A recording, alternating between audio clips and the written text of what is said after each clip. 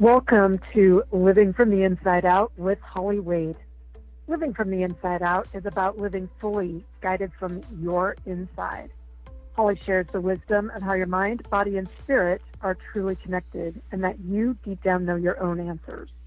Holly and her guests will provide tips, practices, and inspirational stories to help you approach your life from your own heart. And here's Holly.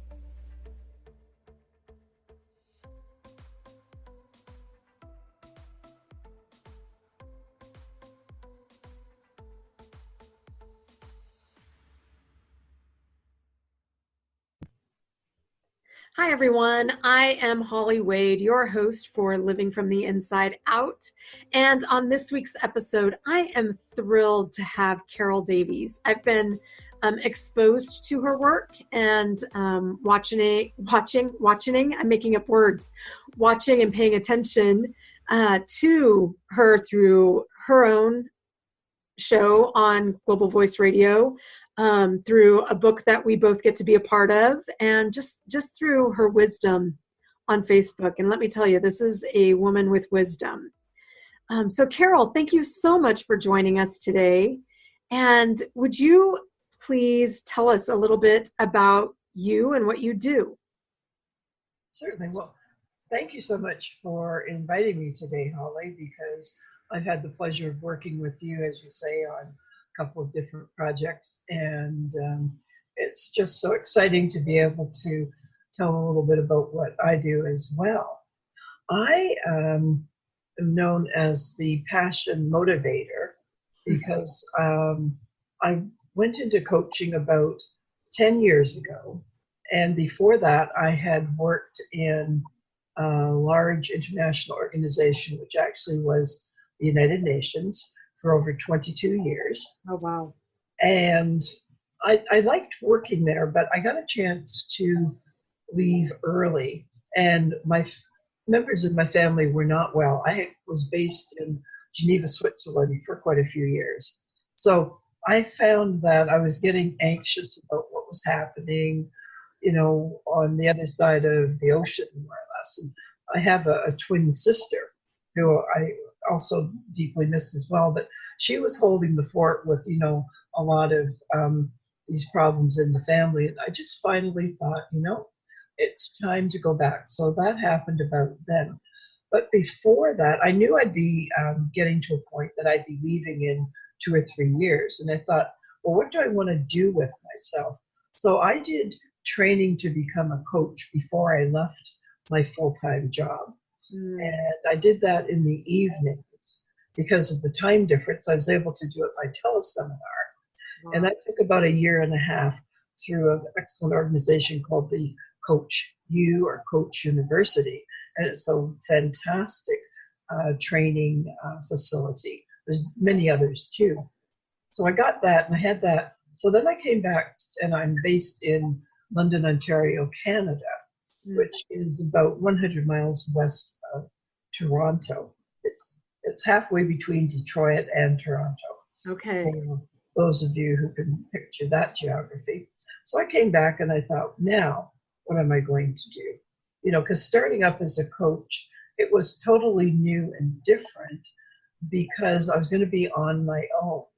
And I had to research what to do. So I went to our local small business center and took some courses, and I found out I had to incorporate, I had to register as a business and, have other things. So that took a little while. But in the meantime, I thought, well, who am I going to coach? And that was a big puzzle because you cannot be open and say, I can coach everybody. Yeah. And that's the hardest part, is to figure out who is it. It's almost easier to figure out who it's not. Right. So I basically was hanging up my shingle, and I was getting a website prepared as well, because I knew at that point the way to go was online for people to be able to contact you, because I had a nice little home office set up and this and that. But I mean, people don't know about you. Nobody's going to knock at your door. Right. So I started doing little local workshops to get known a little bit more. I went into Toronto too, and I did some joint ventures with a couple of other coaches and whatever. And that was really fun. But I just didn't really know quite what I wanted to specialize in. And then for some reason, I had been exposed to a technique which is called tapping or emotional freedom technique. Which is actually becoming quite popular now and more recognized, more and more known. It is. And how I got into that, I got certified as a certified energy coach when I was living in Geneva, because there was a wonderful girl called Marianne Webster who was based in California, who was offering certifications in a bit more general type thing. So I learned a little bit about EFT or tapping and other types of similar things. So when I came back to Canada, I thought, you know what, the best thing to do is to look into getting more training and getting certified, because it's not ethical, I think, to work with clients and then you don't know what you're doing. So I was very fortunate to find a coach who trained people in various levels of EFT, and I took two rounds of it with him. And the interesting thing was I took it with my twin sister, who was interested. So we went together. Fun. But she didn't want to go into that. What she ended up doing was she was always interested in aromatherapy. So she went on to get studies, get qualified in that. But she understands very well the type of things that I do, because she went basically because she wanted to be a support and she was curious. But it just wasn't, her thing, as you say. So I got that. And then I started, so I registered on a website where they listed, trainers and people available. It was through a man called Gary Craig. He, back in the 1990s, was one of the first people who developed a simplified version of how to work on your energy meridians. Mm-hmm. I'd like to just speak a little bit about the origin of EFT or tapping. I was just going to ask, would you mind explaining what that is to people that maybe aren't sure, haven't heard about it, or maybe have heard about it but don't really understand what it is? Mm-hmm. Well, essentially, you work on eliminating negative emotions, because negative emotions are a big cause of a lot of what is wrong with us in the body, being on the emotional, the spiritual, and the physical level. Because I'm sure most people are familiar with acupuncture, which has become quite accepted now. And that's based on a theory that the energy in the body, it can be followed and tapped on through something called meridians. So these are areas that you can, like in the case of acupuncture, you put fine little needles in various spots in a certain sequence, and that helps to alleviate, many problems such as pain or emotional things or all sorts of things. And most people now, I think, are pretty accepting of that. Well, tapping is what energy is for people that are still skeptical, is you have a central nervous system. That's what's creating that energy in your body. Your nerves are generating that electrical system in your body. Some chemicals are helping that, like potassium, are helping to maintain that. But those meridians, what I've learned through a friend of mine who's a chiropractor, well, first of all, the chakras up the spine are all validated by chiropractic practice. It's the innervation. They are, definitely. Lines. And the meridians are the same. It's the innervation. It is where those nerve bundles recollect, and they happen to link to various organs. The ancient Chinese world that uncovered and discovered this, and that kind of brought it forward and kept it alive and going, because who knows what other cultures had some form of this. But it's ancient.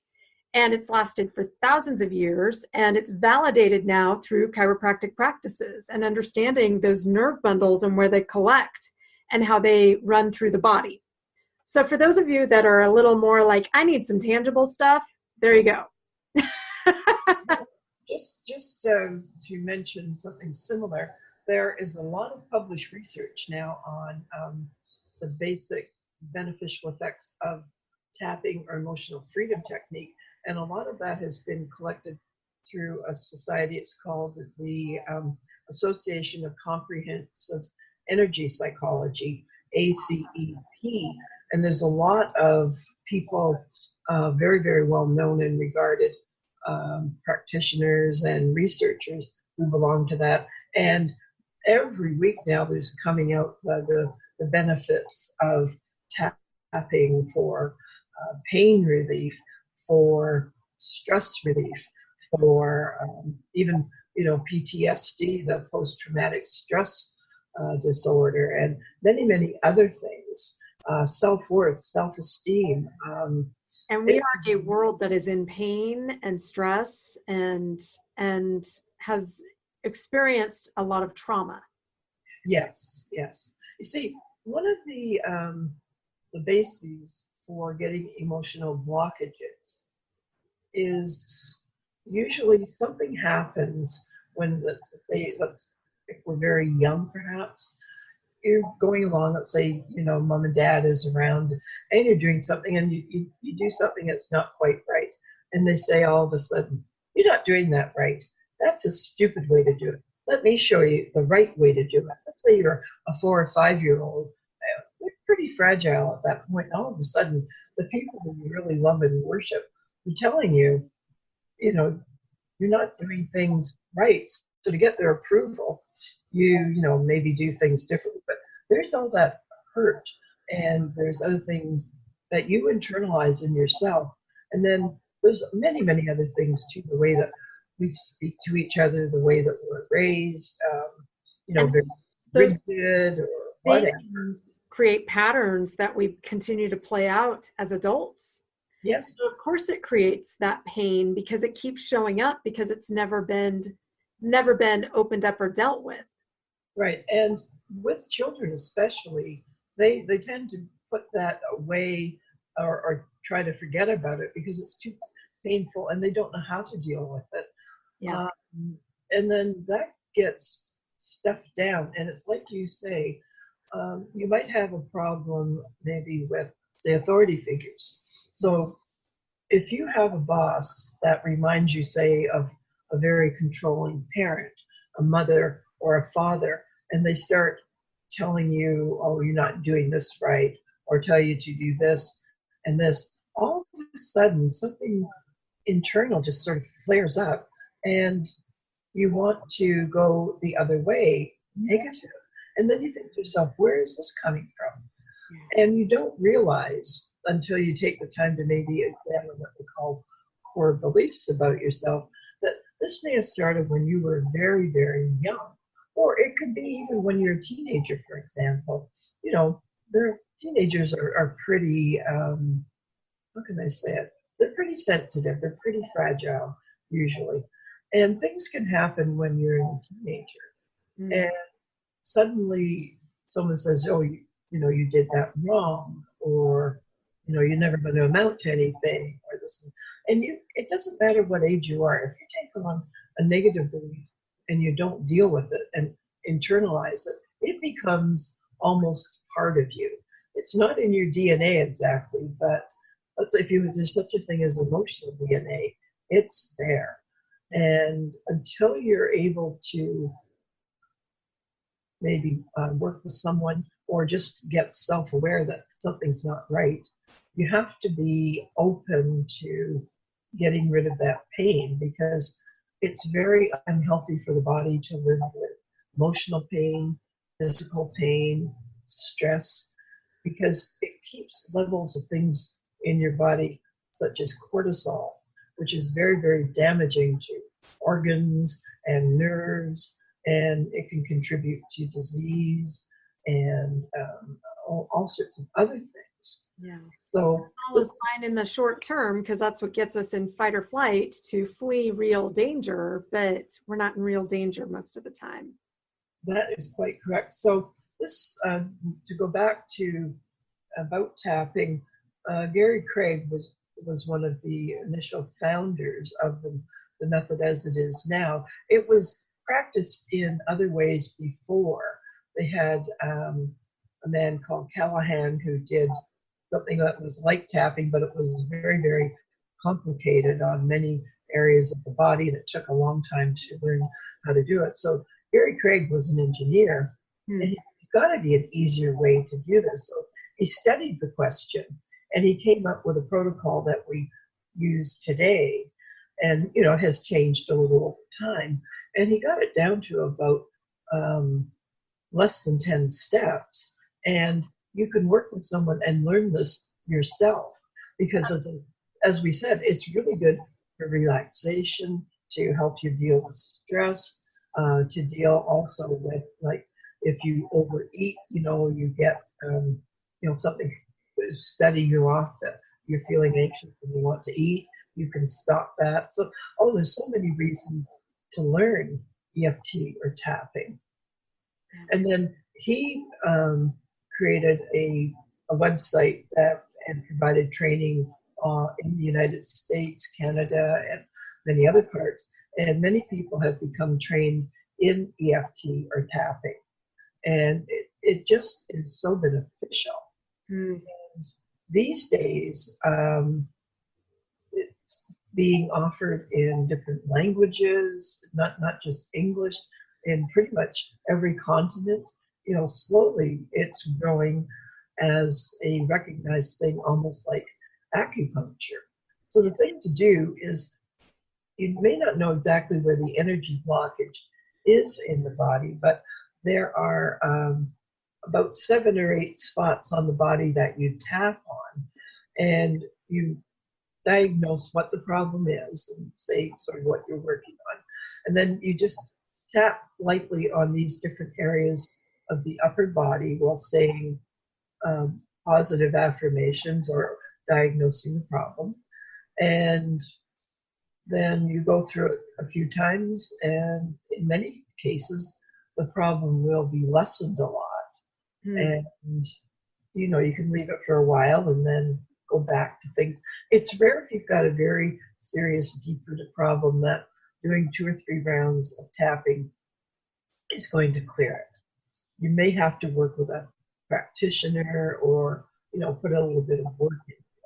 I'm so glad you said that, because that's what I was just going to ask. If it's something that's really, really deep, is it going to take more time and repetition to clear that? Well, in many cases it does, and sometimes it's worth connecting with a trained practitioner, because they're like a coach in a way, but they're with you there to solve whatever issues or problem is causing you the pain or the disruption, in your body, your energy. Yeah. And the technique itself can be learned quite easily. But if you're trying to really get rid of some deep-rooted problems, it's very rare that we as individuals can do it on our own. It's the same thing, like if you have a depression, or if you have marital problems, or other things. Usually it's recommended you go and see a counselor or a therapist. An EFT practitioner is not necessarily a therapist or counselor, although many people doing that do incorporate EFT and tapping into their practices. But it's just a way to work with somebody, and it's only for a short period of time. It's not months and years or anything like that. And it's a much quicker diagnosis, isn't it? And a much quicker way to work through it than continually digging into the past and digging through memories and digging and digging and digging. Like, you just kind of find it. Here is the pain. Here's what's causing it. All right, let's open this up and let's set it free. Because the thing is, when you start the tapping, you don't even really have to believe in it. Explain that more, because I think that's really important. See, if we had to believe in every single thing, sometimes it doesn't work what you do is you go on faith that what you're doing with a trained person or even on your own, you know that there's an energy blockage. And by going through this and being aware of it, it will gradually lessen and lessen. It may seem a little bit like they say sort of magic, or it can be a little bit frightening or spooky. I've heard all these things. And really all it is just a simple procedure that you apply for a few minutes a day, perhaps. And that's it. It's not much different really than if you go to the gym and you want to have a fitness routine, right, and you decide, okay, you're going to do your first 5 minutes is warm up. The next while, maybe you're on the treadmill, then you go on maybe the bicycle, and you have a whole thing, and then at the end of it, you feel better. Yeah. So it's not much different. Do you think, I love that you use that analogy, because it's true, and we need to understand that our self-care and our health is not just diet and exercise. I cannot emphasize that enough, that this part is a big, big part. However you choose to take care of your emotional self and the energy in your body, that tension in your body is telling you something. It absolutely is. And if you ignore it, it's like if you need treatment for medical conditions that are chronic or don't go away, you normally would not do that. You'd go and see your healthcare provider or, some facility to get a program to work on, or maybe you need medication, things like that. And that's perfectly acceptable. But practicing self-care for yourself is still not in the mainstream. No, it's not. And I think that one of the reasons feeling something like a release of something emotional is, it is frightening. I've experienced it, and it is like, oh my gosh, what just happened? And I think, my theory, I'll be really clear, it's just a theory, but I kind of wonder how much of that is just based on, you don't know different. You have held on to that emotion and that pain for so long that when it's free, it's like, it's a change. It's something new and different. And it's like, oh my goodness, what now? And we aren't really taught how to deal with emotions in a healthy way. I totally agree. Mostly we look at emotions more in a negative way because we see how they affect us. Yeah. Now, in the case of, like, if you had seen a doctor or something for some condition that you needed to get, medication or whatever, the doctor says to you, okay, like you've got maybe a cough or a chest infection, take antibiotics for 10 days, take them all, finish them.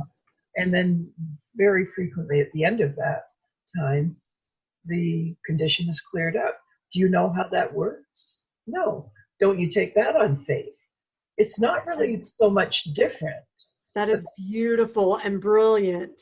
This is what you call allopathic medicine. Yes. Which is mainstream, and you have the drug companies, big pharma behind it.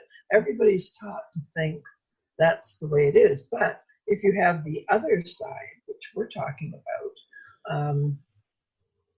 things like acupuncture, tapping. Even essential oils. Oh my Lord, people will go and research more on lavender oil than... And these things work too, but we don't exactly know how. But as you mentioned earlier, many of these things were known and used thousands of years ago in, the Chinese civilization, other civilizations in what we call the East, and we're called the West. And unfortunately, the West got divorced from, simple remedies that, even our grandparents knew. They would know the benefits of getting certain herbs or things to treat, because they didn't have antibiotics and other things. All that now has become sort of downgraded. And yet, if you think of, common drugs, they're all based on natural products. On a plant. They all came from a plant originally, and now it's synthetically made. That's right. Yeah, So, exactly. It's kind of an irony to me that we call Western medicine traditional, and it's really only been around 150 years-ish in the way that we know it and practice it now.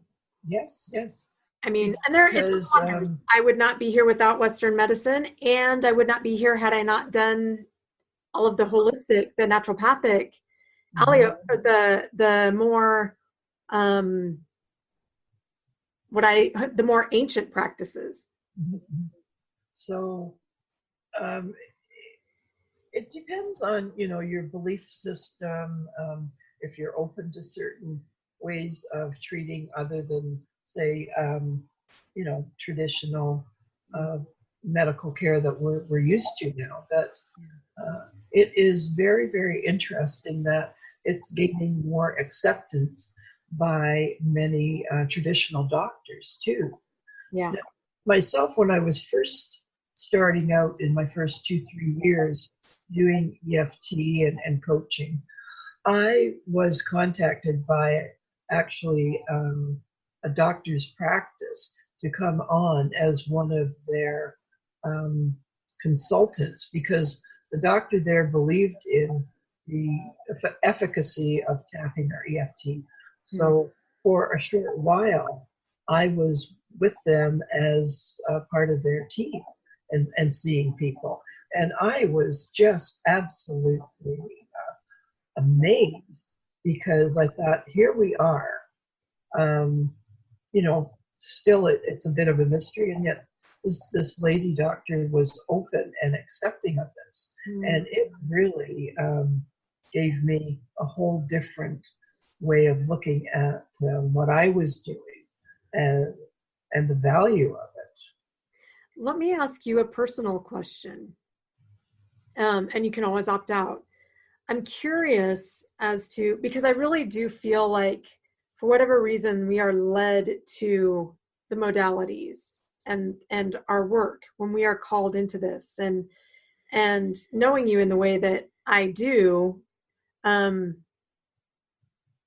you've been called to be a coach and to be a healer in some sorts. It's not something that we just sign up for. There's a very, to be effective, I believe that we are called. And that usually means that we go through something in our personal life that we have to work through, whether that's a physical thing. For me, that was Crohn's disease. And in that journey, it was very emotional. There were all the layers.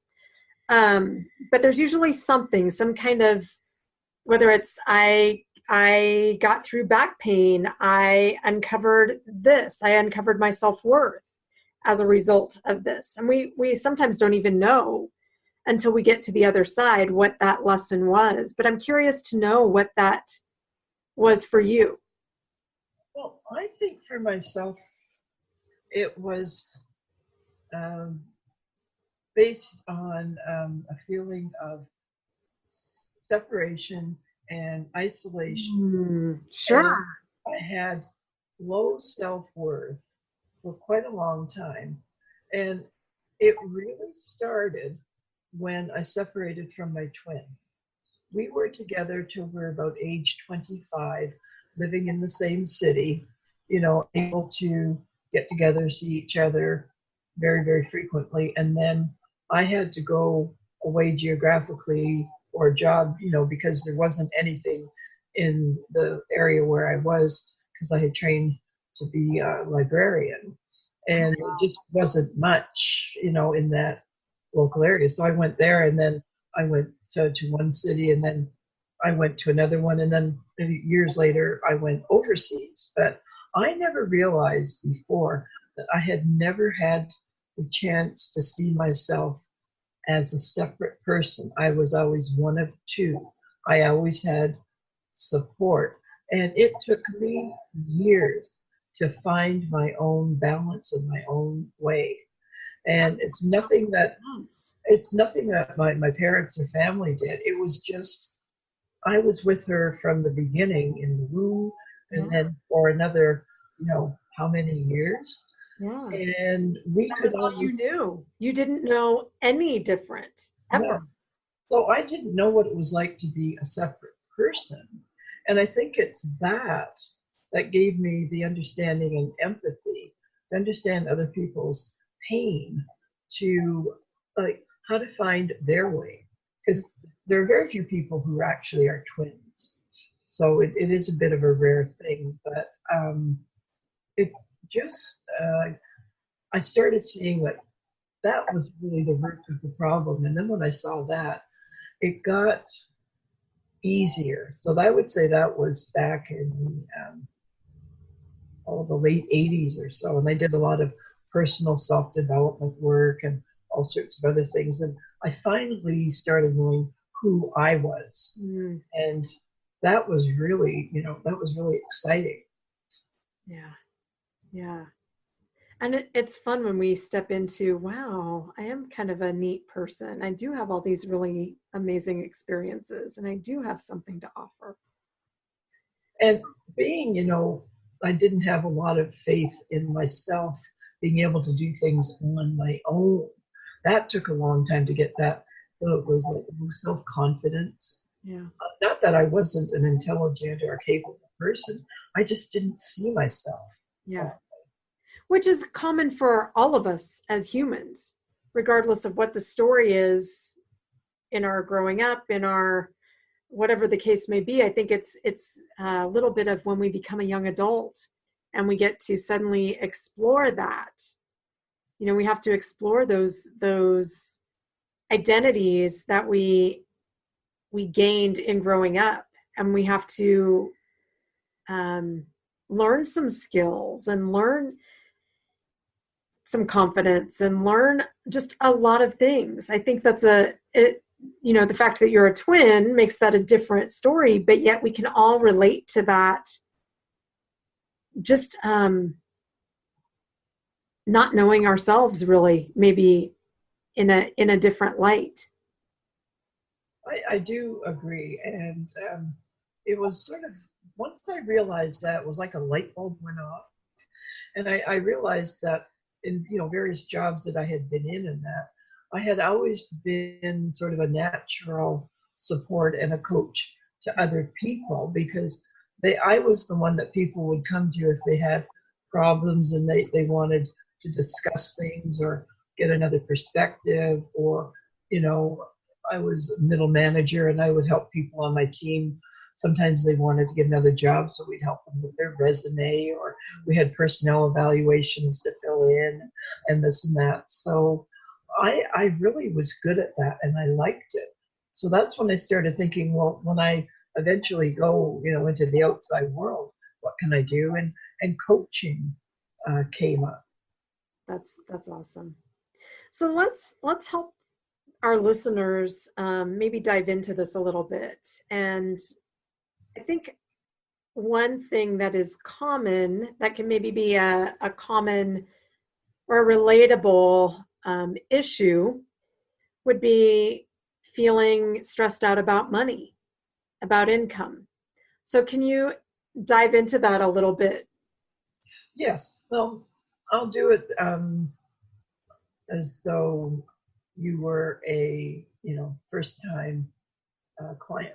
Perfect. And here we are looking at each other saying, and I'm thinking, I wonder what her issue is. So what I do is I usually start out having a short discussion with the person to get a little idea of their background, maybe what they see the problem as. And let's say you and I have had a discussion and we've decided that you feel that you are not worthy to receive things or to have financial stability. Like you want it, but everything you do, it just seems to push it away. And why is that? Because it's a deep held seated belief of yours. So what I would do is to say, okay, Holly, what do you think is one of the biggest issues about money for you? Can you tell me? Oh, wow. Not feeling like there's enough, Okay. even Now when there is. mhm. That's really valid. And would you be open, Holly, to going through a little procedure to try to get a little bit more clarity or release some of those Absolutely. feelings? Absolutely. Okay. So what we're going to do is what we call a round of tapping, or it's also known as emotional freedom technique. But it's a very simple thing where you use a couple fingers on your hand, either left or right, and you tap on a few areas on the upper body, the face, the chest, and then a little bit on the hand. Does that sound like something you could do? Absolutely. And does it matter which two fingers for people who are just listening and can't see the visual? Do you have to use the first and middle? Is it middle and ring? Does it matter? It really does not matter. In fact, some people will use the whole hand. Okay. So a lot of people use the one beside, the thumb, the first two fingers. Okay. Other people will use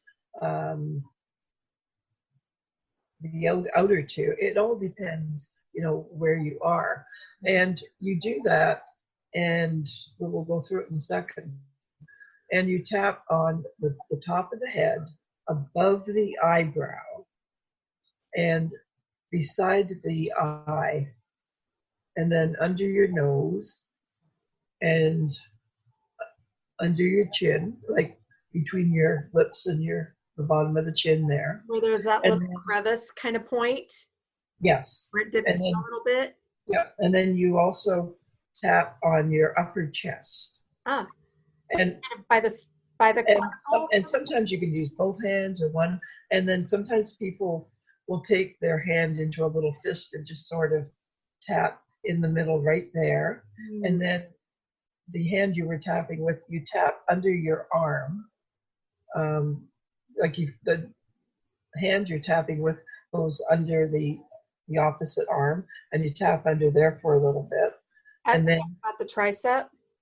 no, right under the arm, below the armpit. Ah, so down on your rib cage. Yes, but Under the armpit, like maybe 2 to 3 inches below the armpit. About that, yes. Perfect. And then you finish up with tapping on the opposite hand where the thumb is. That fleshy part there, just before the palm. They call that the karate chop point. Because if you think in karate, you get that, and then you do, that's what it is. Yeah. That's essentially it. And while you're doing that, you start by tapping on the chest and just saying 2 or 3 times what is, the thing that you're dealing with. But before we start that, Holly, can you tell me again what the issue was that you wanted to work on? Yeah, bringing in or eliminating the belief that money is hard or that there's lack when there really isn't. Okay. So what we'll do is, Holly, just get your hand in a comfortable position and tap 3 times and repeat after me. Money is so hard to get. Money is so hard to get. Money is so hard to get. Money is so hard to get. And then a 3rd time, money is just so hard to get. Money is just so hard to get. Okay, now, before we start the tapping, we're going to look at the level of the emotional pain in this, and score it on a level between 0 and 10. 0 being nothing, and 10 being off the wall. So when you think of these words, where would you place yourself on the scale of 0 through 10? When I think of the words money is hard to get, Yes. I'd say a 6. A 6. Yeah. That's pretty high. So what we're going to do now is just tap on these different points I told you about. And we're going to say a sentence or what we call an affirmation about the money event. Okay, so tap on the top of your head and repeat after me. Money is so hard to get. Money is so hard to get. Let me do that for 7, 8 times or till you feel. Okay, now we're going to move to the side of the eye, and it can be the right eye or the left eye, whichever you prefer. Now, if you're tapping with your right hand, it might be better to go down, the right side. And if you're tapping with your left hand, to go down the left hand, but it doesn't matter in any way. So Okay. now we're going to the side of the right eye, and we're just going to tap and say, oh, I've always had trouble getting money. I've always had trouble getting money. I've always had trouble getting money. I've always had trouble getting money. Now we're going to go under the nose. I don't know why I always have trouble getting money. I don't know why I always have trouble getting money. I don't know why I always have trouble getting money. I don't know why I always have trouble getting money. Now we're going under the, on the chin. I've always had trouble getting money. I've always had trouble getting money. I've always had trouble getting money. I've always had trouble getting money. Now we're going to tap on the upper chest. And, oh, money is so hard to get. Oh, money is so hard to get. Money is so hard to get. Money is so hard to get. Okay, now we're going to tap under that arm. I really don't deserve to have money. I really don't deserve to have money. I really don't deserve to have money. I really don't deserve to have money. Okay, now we're going to check on that part just at the bottom of the thumb. Yeah, and money really is so hard to get. Money really is so hard to get. Okay, money is really so hard to get. Money really is so hard to get. Okay, now, if we think of that scale between 0 through 10, how does your feeling about the problem come up? You know what was fascinating as I was saying that? I saw my own lie in that story. It really, truly. And I will say that is something that I've been wrestling with and something I've been working through. That's kind of my last relationship, is my relationship with money. Mm-hmm. But what was really interesting was, as I thought through of all of the times when I really thought things were going to get really tight, and it's not that they weren't tight, but something would happen and everything would be okay. It may not have shown up as money, but the scenario changed and I always had exactly what I needed. And I thought back to like when I was younger, oh my gosh, yeah, I did work for, like, I washed cars and I mowed yards and I worked at my mom and dad's store and I babysat, I worked. And I had money. I came out of college debt free, as an example. So I kind of saw my own, like, do you really believe your own story? And I realized that I've hung on to it. It is a story. Yes. I don't know whose it is or where it came from, but it's a story. Mm-hmm. It's really fascinating. And I'm not making this up to the listeners. Like, this is real, legit.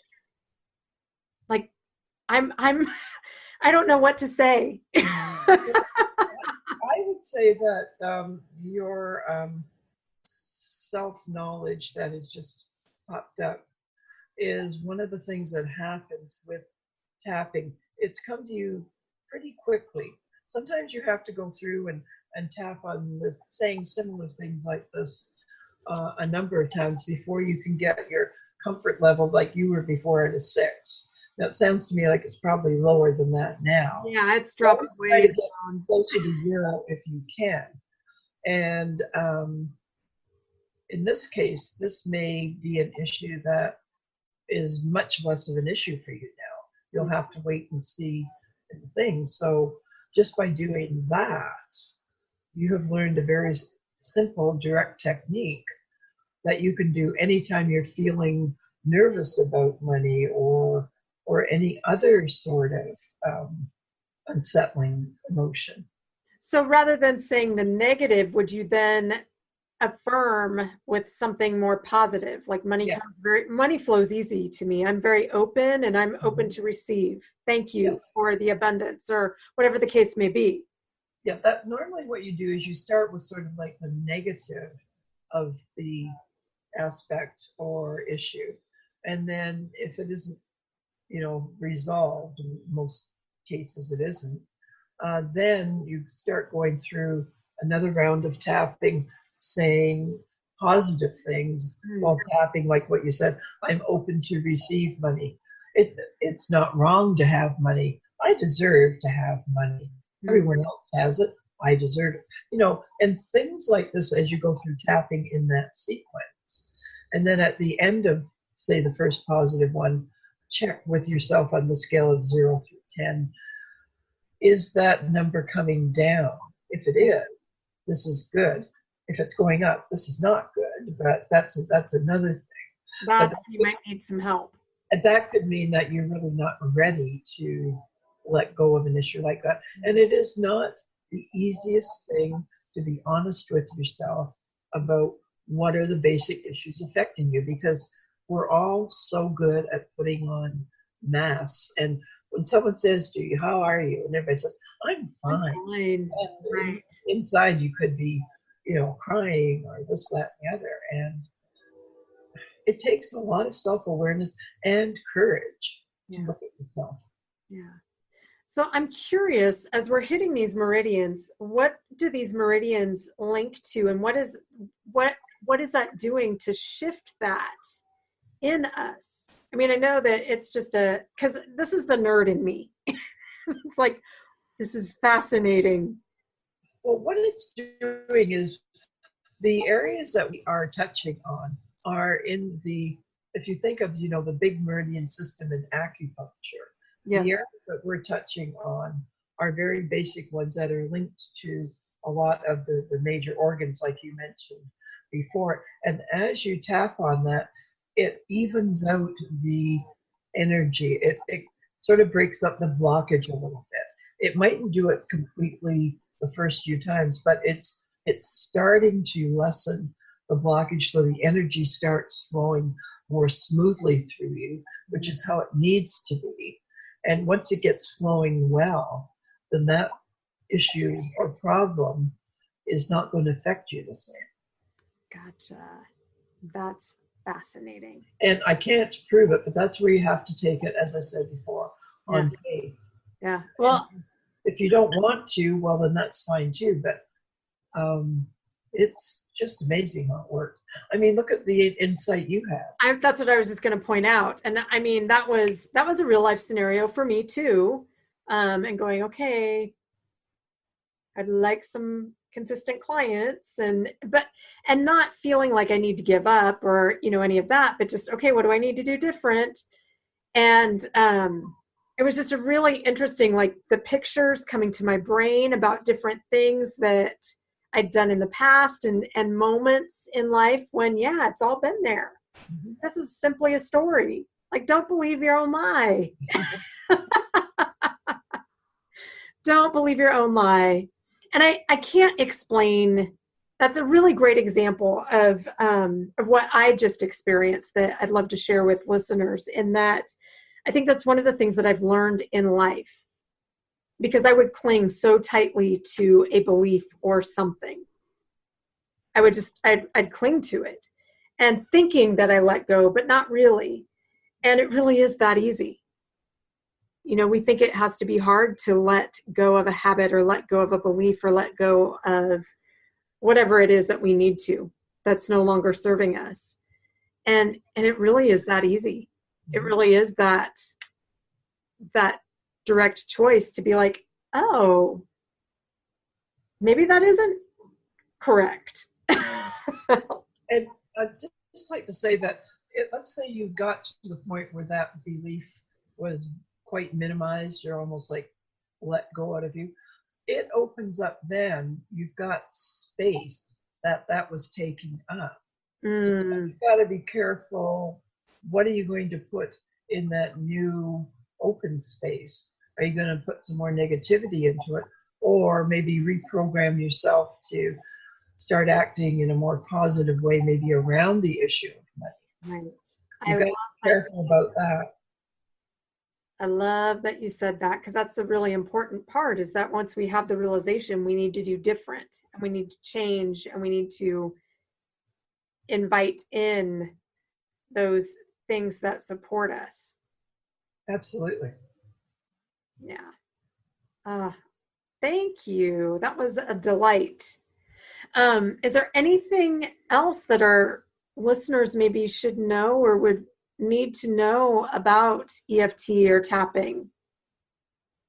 Well, it is quite a powerful technique to use, and you really need to be in a place, like if you start using it on yourself and you find you're uncomfortable, I highly urge people to discuss it maybe with a friend, or let other people know if something's not right, or get in touch with a trained practitioner or counselor or therapist who knows the technique and the other things, so that you're not doing it and you end up being afraid and then shut down again. If you find it's a bit too much for yourself, there's no shame or anything in asking maybe for further help, or just to have that support of somebody for a little while. Not to say you have to, but if you get issues coming up that are very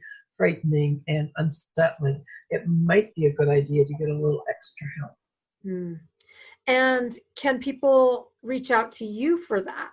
Is that something that you help certain people with, or because obviously it's a modality that you do? How can people reach out to you? And I mean, I've been doing it for quite a while now, and they could contact me for sure through my website. Perfect. I could give that to you if you like. Yes, would you please give that to our listeners, and we'll also include that in the show notes. It's thepassionmotivator.com, and I have a contact form there, and if you send something, I get back to people pretty quickly. I love it. And how else do you work with people? Well, I do also what I call success coaching, and I use a few other modalities like neuro-linguistic programming, which is helping you retrain your brain to think in a better, more positive way. And I also do various assessments, and that I learned through my coaching studies, that like the Wheel of Life, to get yourself in balance. So there's many things I do. The traditional sort of life coaching, as well as what we call the energy coaching, which is EFT is part of that.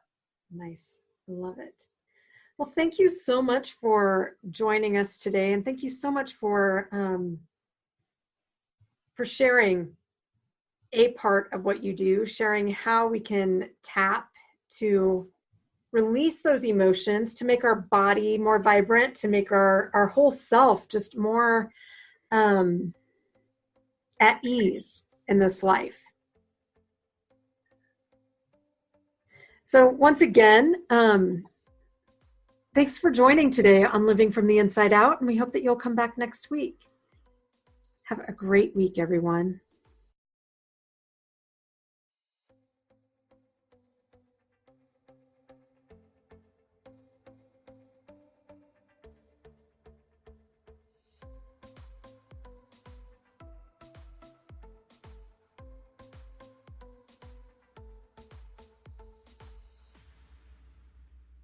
Thank you for joining us at Living from the Inside Out. Listen every Tuesday at 6 p.m. Eastern. To connect with Holly, just go to www.globalvoiceradio.com. Global Voice Radio is where your voice and your message is heard.